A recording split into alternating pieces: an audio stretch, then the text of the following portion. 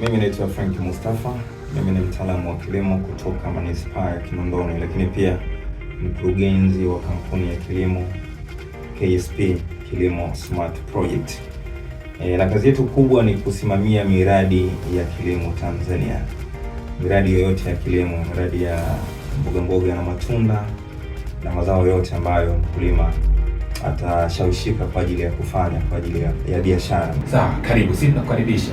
Maana mtu akisikia kanuni za kilimo bora labda aanze kuzijua ni zipi na zikoje, na kitaka zianze au michakato hiyo anaanza vipi, na hizo kanuni ni zipi, labda kwa kiufupi zaidi.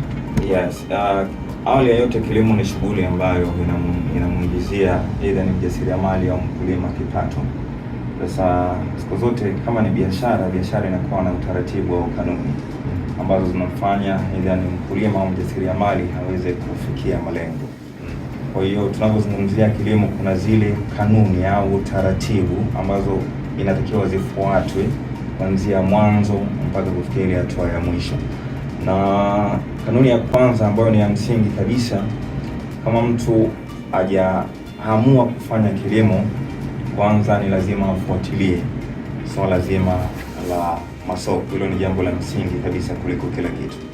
Kile kitu tunachoenda kukilima kinauzika mahali gani, kinauzika katika soko gani.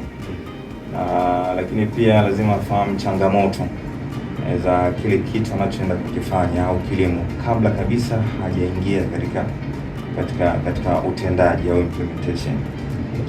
Lakini baada ya kufanya vitu hivyo kajiridhisha, na maana kafanya selection ya zao.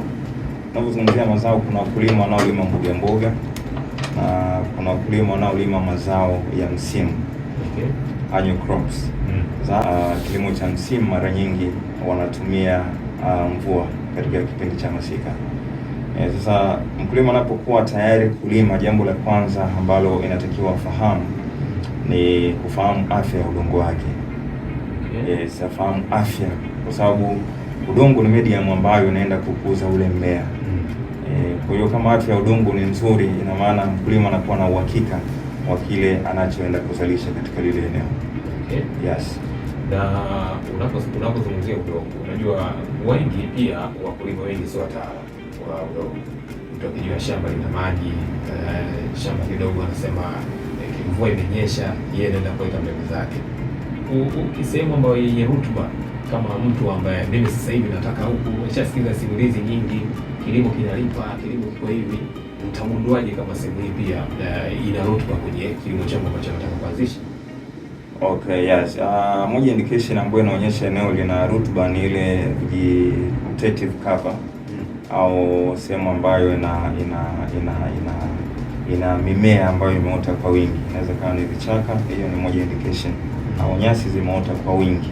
Lakini kuna maeneo mengi ambayo yametumika, aidha mkulima ametumia mara kadhaa, kwa hiyo rutuba ya ile sehemu tayari inakuwa imekwisha. Sasa ile yafahamu ni vizuri akafanya soil test, akapima udongo.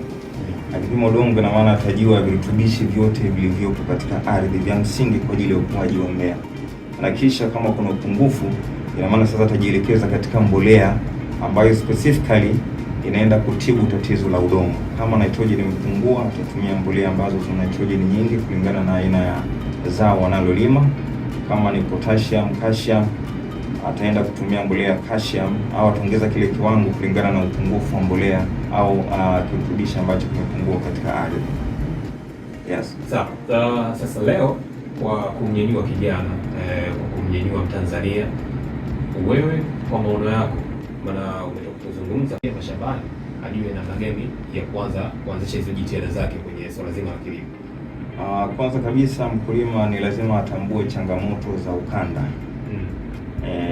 Kanda yetu hii hususan ya East Africa au ukanda wa Tropical unakabiliwa na changamoto ya mabadiliko ya hali ya nchi, na changamoto hii inatokana na ongezeko la joto na mabadiliko ya hali ya hewa.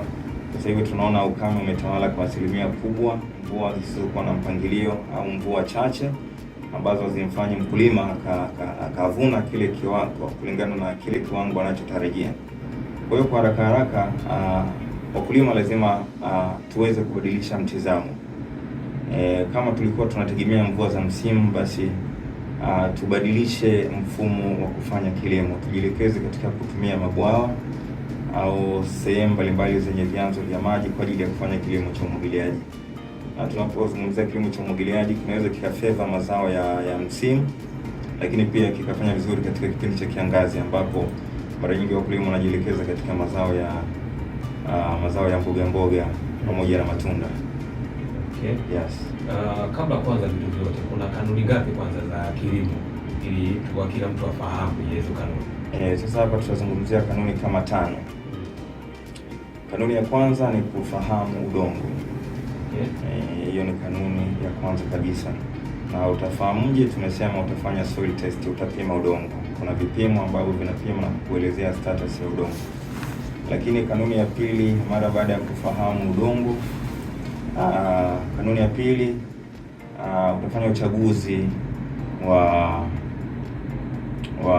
wa mbinu bora ya umwagiliaji au njia bora ya umwagiliaji. Kuna njia nyingi, lakini kuna njia za kisasa kama mfumo wa umwagiliaji wa matone, lakini kuna mfumo wa umwagiliaji wa mifereji, lakini kuna njia ya mvua. Sasa hapo mkulima utachagua. Tumeona katika mvua kuna changamoto.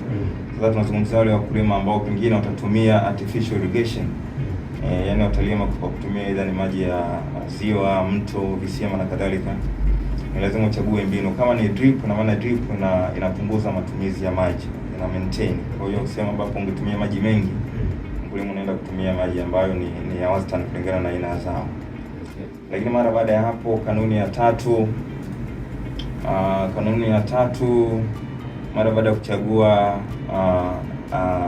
baada ya kuchagua mbinu ya umwagiliaji, mkulima atachagua mbegu.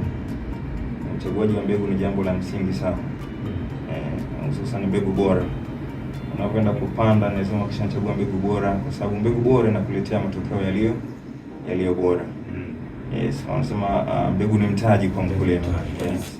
Mkulima akila mbegu, na maana moja kwa moja inaenda kuaffect kilimo anachoenda kukifanya. Kwa hiyo maandalizi ya mbegu kwa msimu ni ya msingi zaidi. Kama una mtaji mdogo, wekeza kwenye mbegu, upate mbegu iliyo bora. Yes, na ukitoka kwenye mbegu, kanuni ya 4 ni program za kilimo. Wakulima wengi tunalima bila program. Yes, kwenye programu ya kilimo kuna vitu vingi sana. Kuna programu ya kulinda afya ya mmea dhidi ya magonjwa. Kuna programu ya kulinda afya ya mmea dhidi ya visumbufu vya mmea, tunaita ni wadudu. Lakini kuna programu ya lishe ya mmea. Hivi vitu vitatu vimekaa mahali hapo, ni vya msingi zaidi. Na hivi vitu vitatu ndio vinamuinua mkulima na kufanya aweze kufikia malengo. Kama ata miss up katika hichi kipengele, basi moja kwa moja hawezi kupata kitu chochote, na wakulima wengi of course wanafeli katika hatua hii. Yes.